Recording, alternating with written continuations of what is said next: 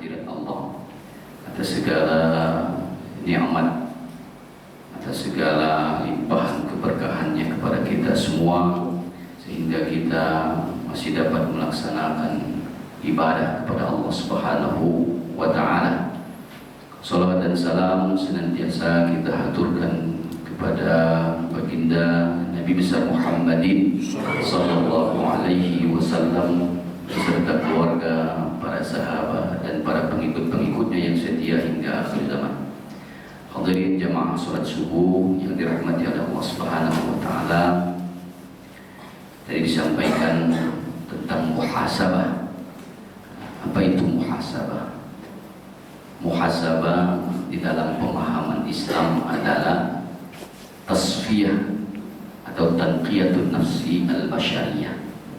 Jadi pensucian dan pemurnian kembali jiwa manusia minad dunubi wal ma'asi, dari segala dosa-dosa dan maksiat-maksiat. Itu muhasabah pemahaman Islam. Muhasabah yang kita kenal adalah introspeksi diri, atau kalau bahasa tekstualnya muhasabah berarti menghitung diri kita, bukan menghitung orang lain. Kadang-kadang kita lebih banyak menghitung orang lain, mengintrospeksi orang, tapi jarang mengintrospeksi diri. Maka pada kesempatan kali ini akan menyampaikan beberapa faidah dari kita memuhasabah diri kita. Apa itu yang pertama? Yang pertama dari faidah muhasabah, kita berusaha untuk mengulang atau mengeluarkan segala aib-aib kita. Aib kita yang kita buka. Al-ibtila'u ala uyubin nafsi. Kita keluarkan segala aib-aib kita ini. Kenapa? Kalau kita tidak mengeluarkan aib kita, bagaimana kita akan menghilangkan aib itu? Sama seperti kita harus tahu dulu penyakit kita apa. Nah, Pak Dokter, diagnosa dulu. Supaya apa? Supaya pacaran juga obatnya. Sama seperti diri kita ini, kita harus tahu dulu apa kelemahan, apa kekurangan, apa yang terjadi pada diri kita. Ya kita bukan sehatnya, tapi kita jenguk penyakitnya. Dokter tak nanya kamu sehat. Ketika dokter bertanya apa keluhannya, gitu kan? Kira-kira apa yang dikeluhkan? Nah, kehidupan kita, diri kita juga diberikan apa yang kita keluhkan dari jiwa kita ini. Apa yang ada pada diri kita. Supaya apa? Supaya kita bisa memberikan obatnya, bisa memperbaiki dari aib-aib kita itu. Maka introspeksi, memuhasabah diri, menghitung diri itu untuk bisa menghilangkan dosa-dosa tadi, harus tahu dulu dosa kita apa. Kita cek dulu dosanya apa, baru kita bisa tahu bagaimana menghindarinya, bagaimana kita menjauhkannya, bagaimana kita membersihkan dosa kita. Tapi kalau kita tidak pernah merasa kita berdosa, aku ini sudah baik, aku sedekah, aku sholat malam, aku ngaji, aku puasa. Kalau sudah aku dan semuanya merasa diri kita baik, kira-kira sama seperti dokter bertanya, tidak nanti dokter keluhannya tidak nanti. Aku ini sehat-sehat baik, cuma aku pengen datang sini. Kata dokter tak ganti obatnya, karena kita merasa tidak ada sakit. Gitu. Sama seperti diri kita, kalau kita merasa kita baik, kita soleh, kita orang yang taat, kira-kira adakah kita berusaha untuk memperbaikinya? Rasanya tidak ada. Tidak mungkin juga kita akan datang kepada orang untuk minta diobati. Nah, ini yang pertama. Jadi faedahnya adalah dengan kita muhasabah, maka kita keluarkan segala keluhan kita. Kita keluarkan segala aib diri kita. Bukan aib orang lain, tapi aib diri kita. Untuk siapa? Untuk kita. Yang dalilun ala khawfi minallah, sebagai dalil kita takut dengan Allah Subhanahu wa ta'ala, maka kita lil isti'dari liqa'i rabbi, untuk kita mempersiapkan bertemu dengan Allah.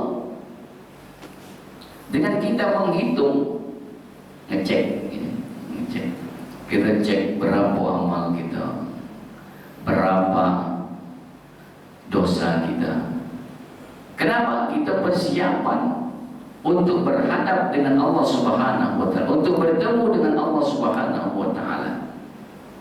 Kenapa? Kalau kita ingin bertemu dengan Allah, dalam ayat dikatakan faman kana yarju liqa'a rabbih falyamal amalan salihah. Barang siapa yang berharap bertemu dengan Allah, maka dengan apa? Supaya dia bisa bertemu dengan Allah, falyamal amalan salihah wala yusyrik bi'ibadati rabbih ahada. Maka falyamal amalan salih, maka dia harus berbuat amal saleh, harus berbuat amal saleh.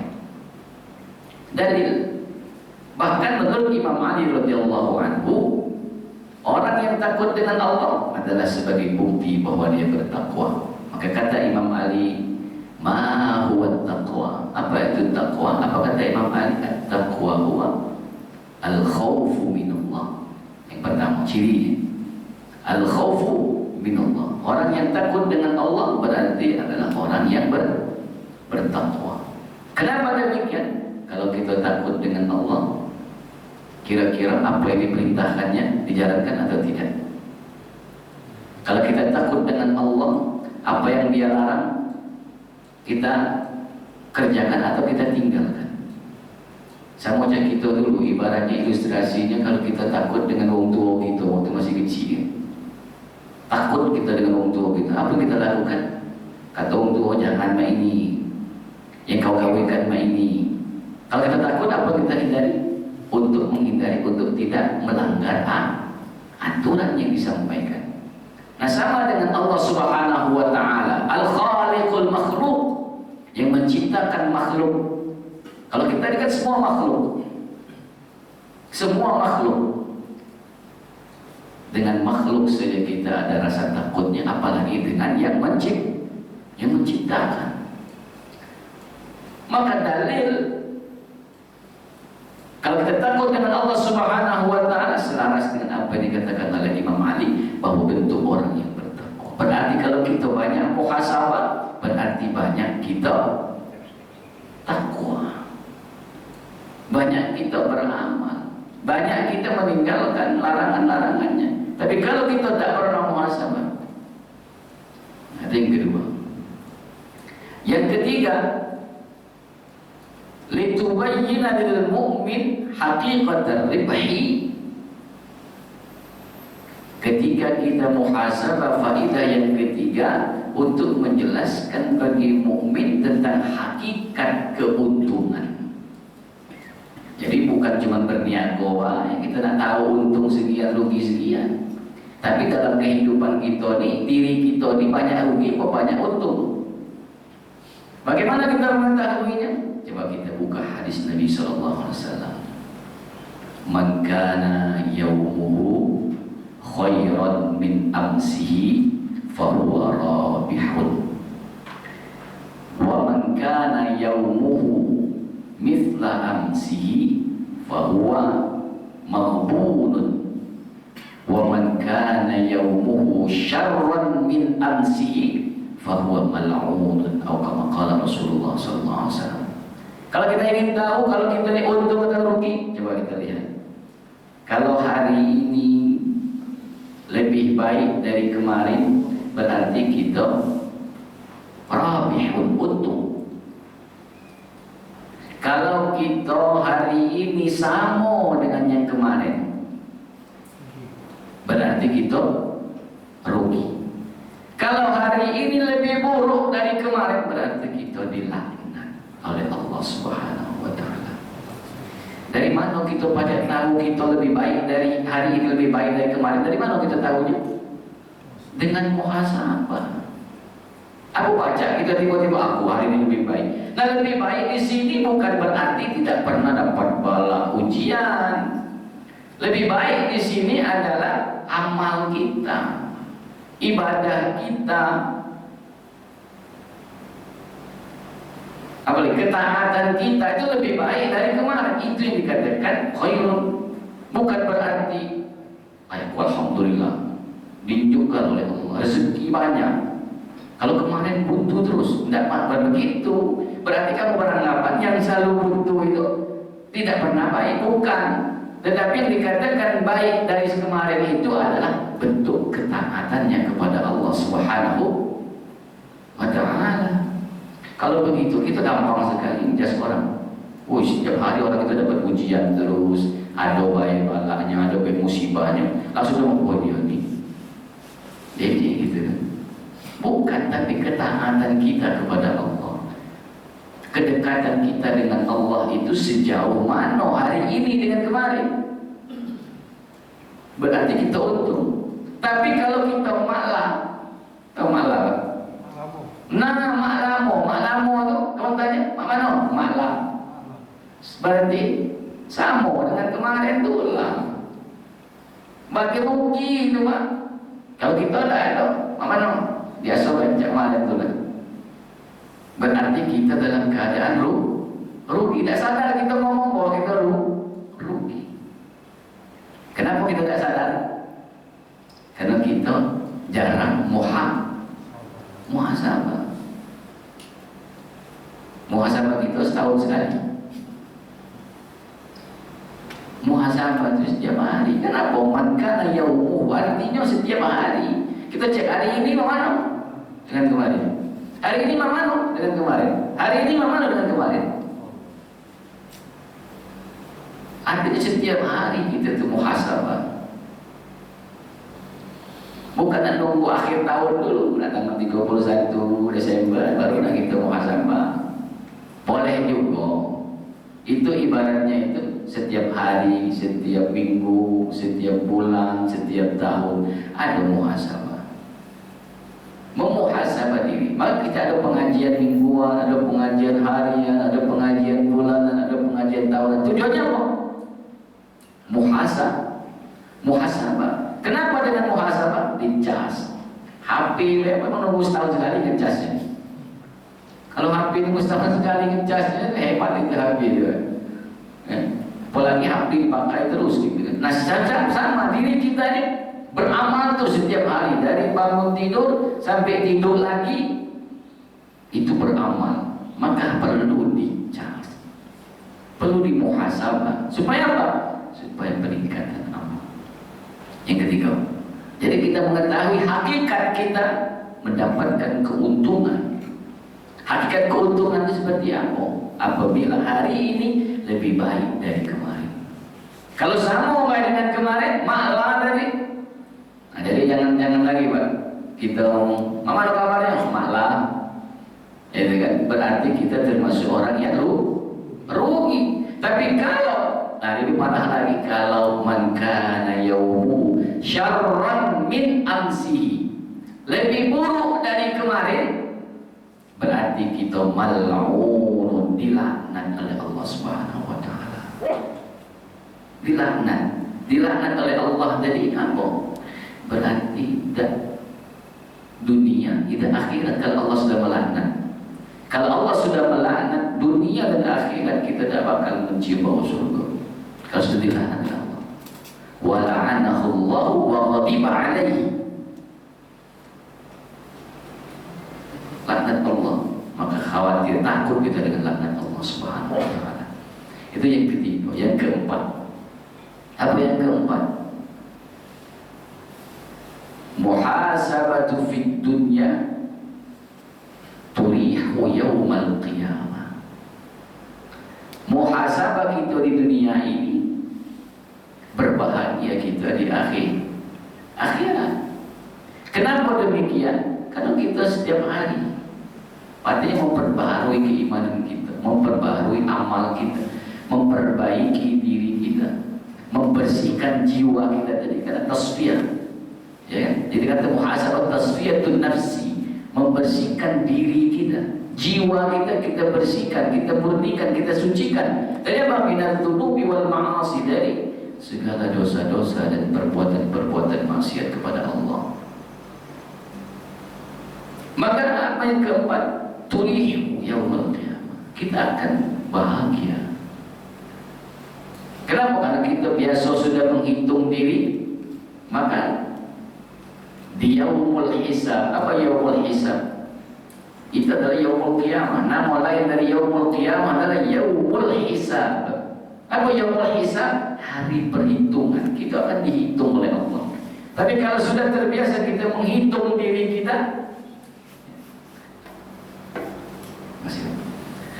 sudah terbiasa menghitung diri kita, insya Allah amal kita akan selalu baik. Hari ini diperbaiki, besok diperbaiki, besok lagi diperbaiki, terus mengalami perbaikan, mengalami peningkatan. Ketika amal sudah melakukan peningkatan, yazdadul iman, bukannya kusul iman. Kalau yang kusul iman kan turun terus. Maka yaumul qiyamah kita akan turih, beristirahat, senang. Kalau orang istirahat itu senang atau tidak senang? Senang, lega. Kenapa? Dihitung, oh masuk surga. Tapi dihitung itu, berat timbangannya kiri. Wala'iyadzubillah. Turih, bahagia. Apa jangan cuma banyak hitung utang, utang sekian, sini sekian, ini sekian. Mana utang lain hitung. Sekali-sekali hitung dosa loh. Dosa hari ini mau mana gitu kan. Dosa hari ini apa baik. Pernah tak kita hitung dosa? Jarang hitung dosa. Kita hitung apa? Berapa duit masuk hari ini? Berapa duit masuk? Seminggu sekali mungkin jarang juga. Kita ngitung dosa. Seminggu sekali gitu duit masuk. Apalagi akhir bulan ngitung duit masuk. Tapi jarang menghitung dosa kita berapa. Sebulan ini dosa kita apa? Seminggu ini dosa kita apa? Seminggu ini apa dosa yang kita lakukan? Maka akan terus memperbaiki. Supaya apa? Turih, berbahagia. Maka dalam doa diajarkan doa begini, waj'alil mauta rahatan lana min kulli syarrin, dan jadikan kematian kami itu istirahat kami dari keburukan dunia. Pada istirahat kalau kita sering muhasabah, tapi kalau tidak pernah muhasabah, justru banyak kita melakukan perbuatan dosa, tidak sempat istirahat lagi Pak. Ditanya mungkar nakir, mempertanggungjawabkannya di kubur, di alam barzakh. Berarti itu yang keempat. Yang kelima, apa yang kelima? Limtithali bin awamirillah, melaksanakan perintah Allah. Apa perintah Allah? Di dalam Al-Quran, ya ayyuhalladzina amanu taqullaha wal tanzur nafsum ma qaddamat lighad, wal tanzur nafsum ma qaddamat lighad. Wahai orang-orang yang beriman, diajak itu yang beriman. Berarti kalau begitu, kalau kita sering muhasabah, berarti termasuk yang beriman. Ya ayyuhalladzina amanu taqullaha wal tanzur nafsum ma qaddamat lighad. Unzur nafs.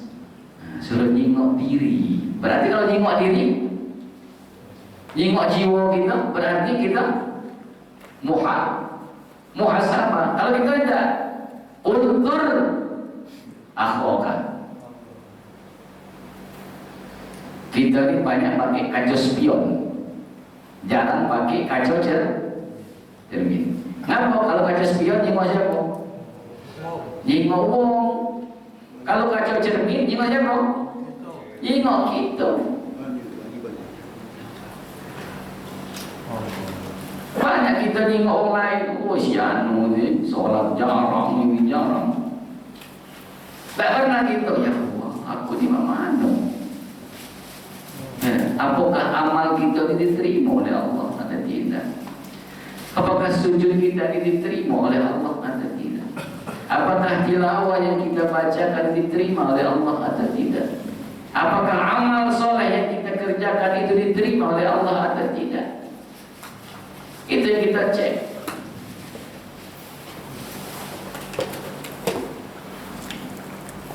Ya ayyuhalladzina amanu taqullaha wal tanzur nafsun. Untuk apa? Ma qaddamat lighad. Untuk masa yang akan datang. Kalimat ghadan, esok.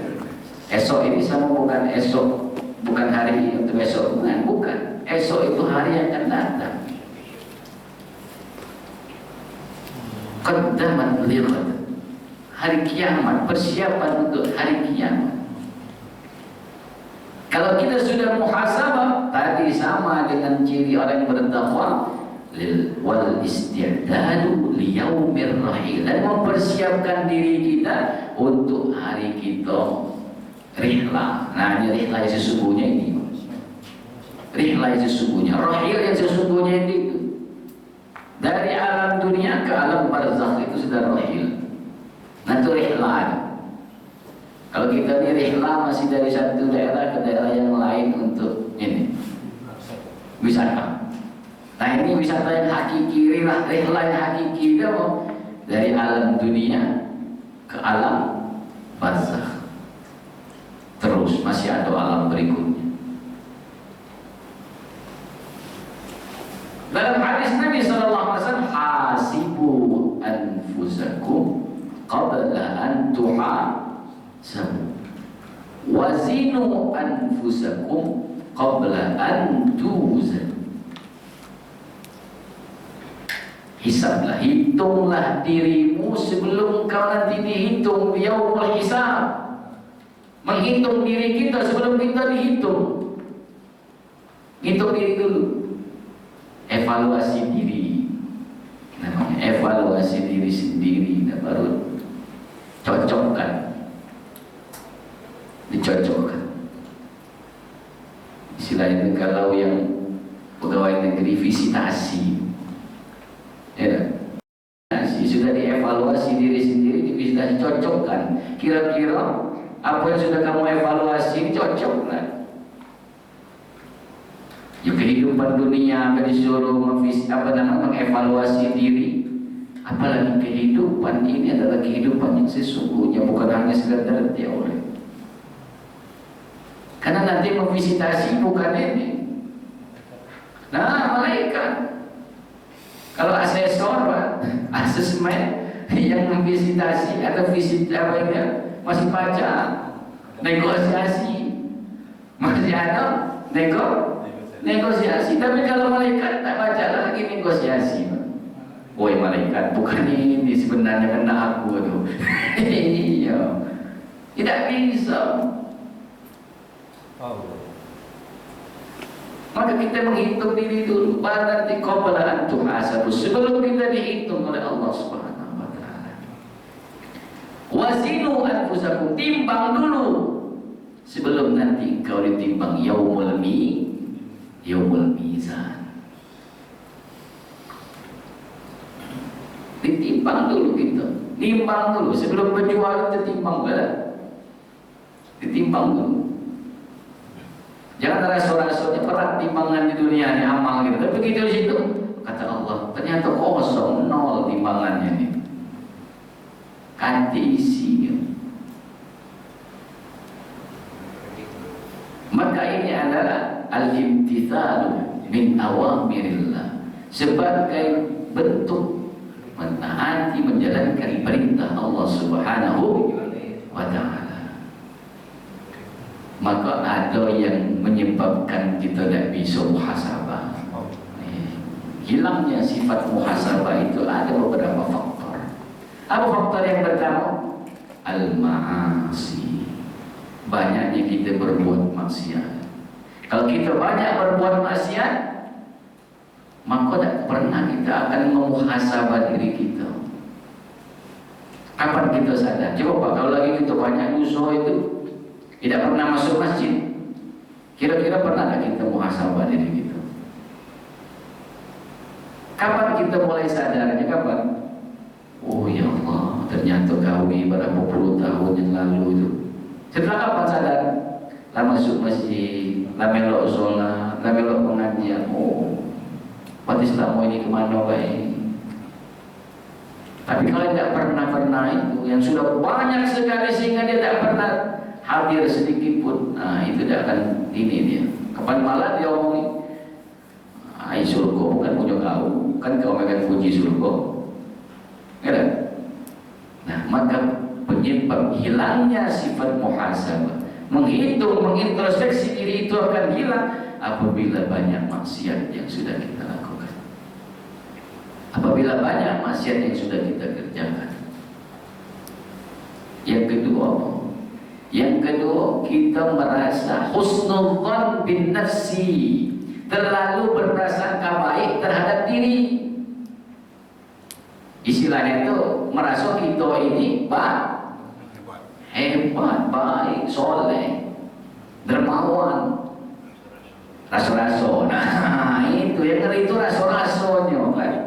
Terlalu berhusnuzon terhadap diri. Itu namanya husnuzon. Husnuzon itu dengan Allah, husnuzon dengan orang lain. Tapi kalau terlalu husnuzon kepada diri sendiri, nah itu tadi. Terlalu berprasangka bahwa kita ini sudah baik. Siapa yang dermawan? Aku. Siapa yang soleh? Aku. Siapa yang taat? Aku. Nah itu bahaya. Bahaya. Merasa lebih soleh, bahaya. Merasa lebih dermawan, bahaya. Merasa lebih taat, bahaya. Merasa lebih kaya, bahaya kalau kalian merasa iya.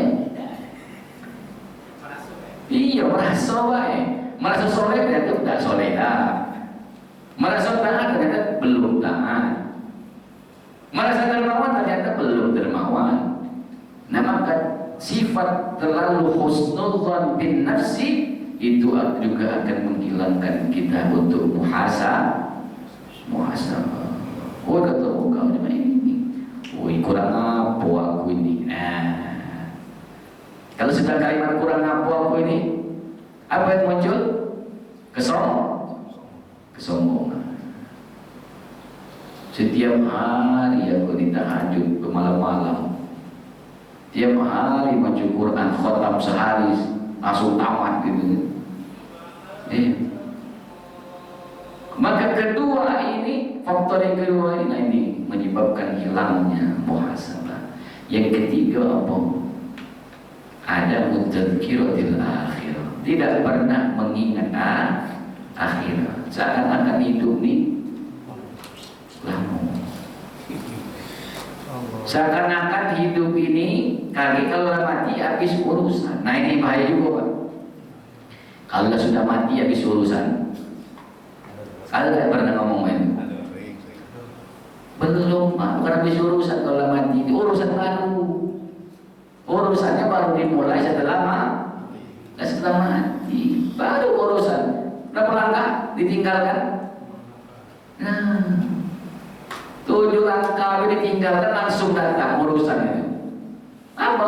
Mempertanggungjawabkan segala amal yang sudah kita perbuat. Jadi jangan ngomong kalau mati ganti urusan lagi. Aduh, justru urusan yang baru itulah yang dimulai dari setelah kematian. Kapan kaki urusan lagi? Kalau kaki sudah masuk ke dalam surga, nah baru baca ngomong kaki urusan lagi. Nah menikmati, Pak, sudah itu memang sudah menikmati, sudah menikmati kalau sudah masuk surga. Nah baru baca ngomong, alhamdulillah kaki urusan lagi. Nah baru. Tapi kalau baru mati ngomong, kalau mati habis urusan belum. Nah, maka itulah yang ketiga, adamu tadhkiratil akhirah. Hilangnya rasa untuk mengingat akhirat. Kalau kita sudah hilang, tidak lagi nak mikir akhirat. Apa bedanya di dalam kitab tauhid? Ada orang yang hidup di masa sebelum Nabi SAW mengajarkan tentang Islam. Apa? Orang berpikiran bahwa hidup ini cuma di dunia. Setelah mati tidak ada balasan, tidak ada pahala, tidak ada neraka, tidak ada surga. Nah itu. Jadi apa bedanya kita demikian? Kalau kita mengatakan setelah mati ganti urusan. Ya, kenapa? Setelah mati ada balasan. Kalau kita amalnya baik, berarti jasa, as-thawab. Tapi kalau amalnya buruk, iqab, punishment. Maka oleh karena itu, hadirin jemaah salat subuh yang dirahmati oleh Allah Subhanahu wa taala, maka tiga hal tadi yang menyebabkan hilangnya apa? Muhasabah diri kita, muhasabah diri kita. Saya kira itu saja pengajian kita pada pagi hari ini. Insyaallah mendapatkan keberkahan dari Allah Subhanahu wa taala, menambah semangat kita untuk selalu memuhasabah diri kita. Jadidu imanakum, kata Nabi sallallahu alaihi wasallam, perbaharui keimanan kita. Bagaimana kita memperbarui? Faqaifa nujaddidu imanana ya Rasulullah? Aktsiru min qawli la ilaha illallah, memperbanyak mengucapkan kalimat la ilaha illallah. Kalau kita memahami kalimat la ilaha illallah secara benar, tiada Tuhan selain Allah. Artinya kita tuhankan adalah Allah, bukan kita menuhankan jabatan, bukan kita menuhankan harta, bukan kita menuhankan uang, harta, tapi kita menuhankan Allah Subhanahu wa taala. Hadirin jemaah salat subuh rahimakumullah, kita akhiri pertemuan kita pada pagi hari ini dan sama-sama kita berdoa kepada Allah Subhanahu wa taala. A'udzubillahi minasyaitonir rajim. Bismillahirrahmanirrahim. Alhamdulillahirabbil alamin wassalatu wassalamu ala asyrafil anbiya'i wal mursalin sayyidina Muhammadin sayyidil mursalin wa ala alihi wa sahbihi ajma'in. Allahumma anfa'na bima 'allamtana wa 'allimna ma yanfa'una. Allahumma zidna 'ilman nafi'an wa fahman salihan. Allahumma inna nas'aluka 'ilman nafi'an wa qalban khashi'an wa lisanan dhakiran wa yaqinan sadiqan wa rizqan halalan tayyiban wasi'an mubarakan wa 'amalan mutaqabbalan. Rabbana zalamna anfusana wa illam taghfir lana wa tarhamna lanakunanna minal khasirin. Rabbana ighfir lana dhunubana wa dhunuba abaina wa ummahatina wa ajdadina wa lijaddatina wa lijami'il muslimina wal muslimat wal mu'minina wal mu'minat al-ahya'i minhum wal amwat innaka samii'un qariibun mujibud da'awat ya qadiyal hajat. Rabbana atina fid dunya hasanah wa fil akhirati hasanah wa qina adzaban nar. Walhamdulillahi rabbil alamin. Wassalamualaikum warahmatullahi wabarakatuh.